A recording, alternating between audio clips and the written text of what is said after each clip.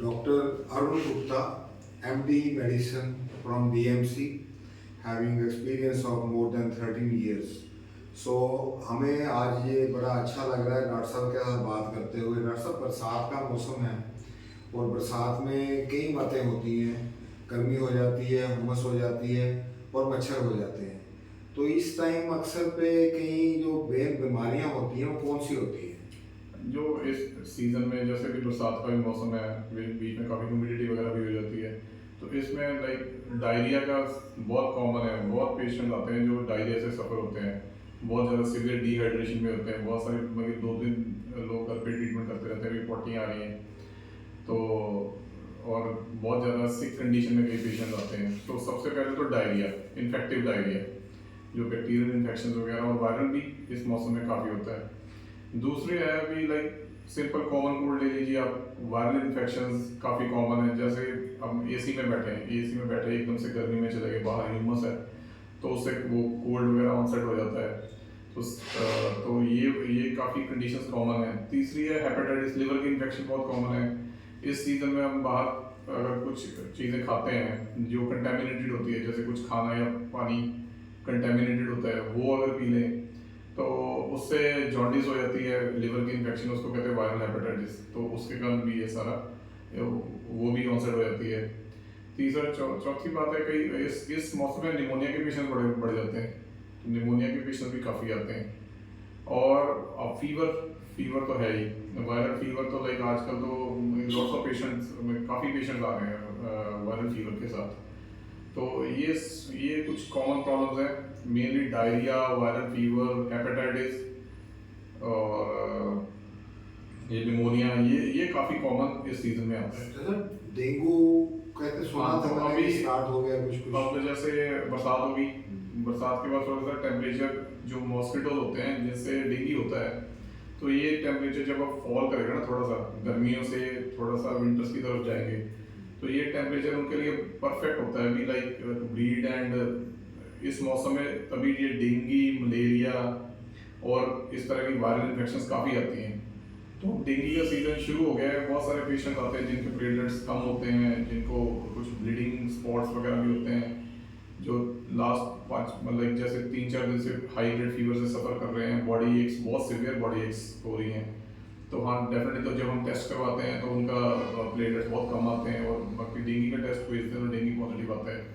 तो हाँ, इस मौसम में काफ़ी ज़्यादा डेंगू, मलेरिया, लेप्टोस्पायरा और भी कई इन्फेक्शन है जो काफ़ी कॉमनली इस सीज़न में देखने को मिलती हैं। और ये लाइक हमें लगता है अभी डेंगू सिर्फ प्लेटलेट्स की बीमारी है, प्लेटलेट्स की बीमारी नहीं है अभी। इसमें सिर्फ प्लेटलेट्स ही नहीं कम होते, लोगों की लिवर, किडनीज भी खराब हो जाती है इसमें। इवन कई पेशेंट देखे जिनके हार्ट की फंक्शनिंग भी कम हो जाती है, कोई वायरल है ना, वायरल इन्फेक्शन से हार्ट की मसल्स भी इन्वॉल्व हो जाती हैं, जिसको कहते हैं वायरल मायोकार्डाइटिस हो जाना। तो कई पेशेंट आते हैं जिसमें डेंगू वाले पेशेंट होते हैं जिनकी हार्ट की फंक्शनिंग कम, सांस चढ़ा हुआ है, हार्ट की फंक्शनिंग कमजोर हुई पड़ी है, ब्रेन को भी पकड़ लेती है ये डेंगू की इन्फेक्शन। वायरल एनकेफेलाइटिस हो जाती है, एनकेफेलाइटिस के बाद ब्रेन की इन्फेक्शन, ब्रेन की लेयर्स जो होती हैं वो इन्फेक्टेड हो जाती हैं। तो लाइक सिर्फ प्लेटलेट्स को देखना ही ज़रूरी नहीं है। प्लेटलेट के साथ ये जैसे बताया अभी हार्ट की फंक्शनिंग, लिवर, किडनी, पेट में पानी भर जाता है, फेफड़े में पानी भर जाता है, तो ये सारी कॉम्प्लिकेशंस डेंगू में आ सकती है।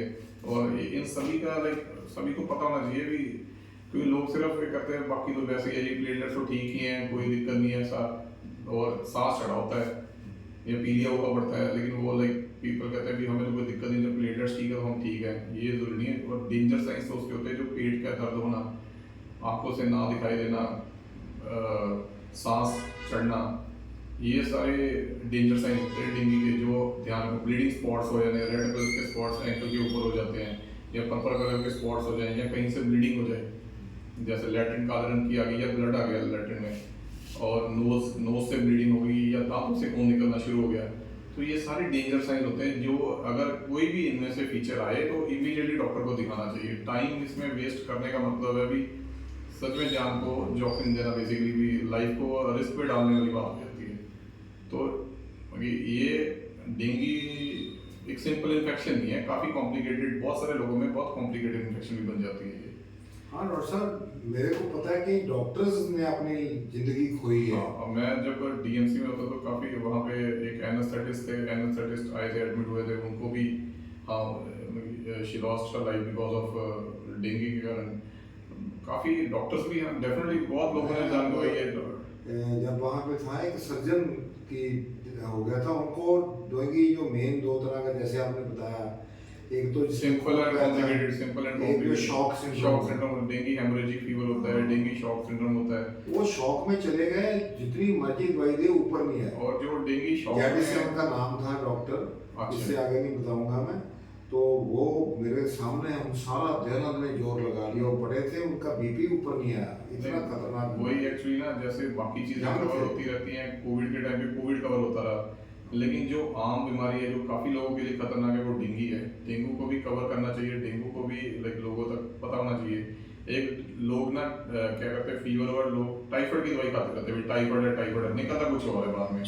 नहीं, अपने आप नहीं करना चाहिए। नहीं, ये तो फिजिशियन जैसे आप फिजिशियन हैं, डॉक्टर को दिखाना चाहिए, प्रॉपर एमडी को दिखाओ आप, जल्दी ट्रीटमेंट होएगी तो लाइफ सेव होएगी। और ओवरऑल अगर देखा जाए ना, तो अगर सही ढंग से सही टाइम पे ट्रीटमेंट ले तो खर्चा भी कम होता है। खर्चा, और नहीं तो गलत दवाइयां दे दो तो डेंगू और ज्यादा खराब हो सकता है। अब जैसे क्लोरिनफेनिकोल दे देते हैं उसको टाइफाइड के लिए, उस पे मतलब कि प्लेटलेट और कम हो सकते हैं, कई TLC भी कम हो कई जाता है, ड्रग्स से भी कम हो जाते हैं, बिल्कुल दवाइयों से भी कॉर्टिकोस्टेरॉइड से और भी प्रॉब्लम हो जाती है, इन्फेक्शन हो जाती है, तो ये वायरल ज्यादा हो जाता है। वही अभी सभी को ये अंडरस्टैंड करना चाहिए। अभी एक तो हर बुखार टाइफाइड बुखार नहीं है, सबसे पहले चिकनगुनिया भी तो इस मौसम में चिकनगुनिया भी शुरू हो जाएगा, जिसको बहुत सिवियर जॉइंट पेन्स आएगी, बहुत ज्यादा दर्दें होंगी शरीर में, तो उनको उनको अंडरस्टैंड करना चाहिए भी चिकनगुनिया के को भी इवैल्यूएट करना चाहिए भी कहीं वो तो नहीं है।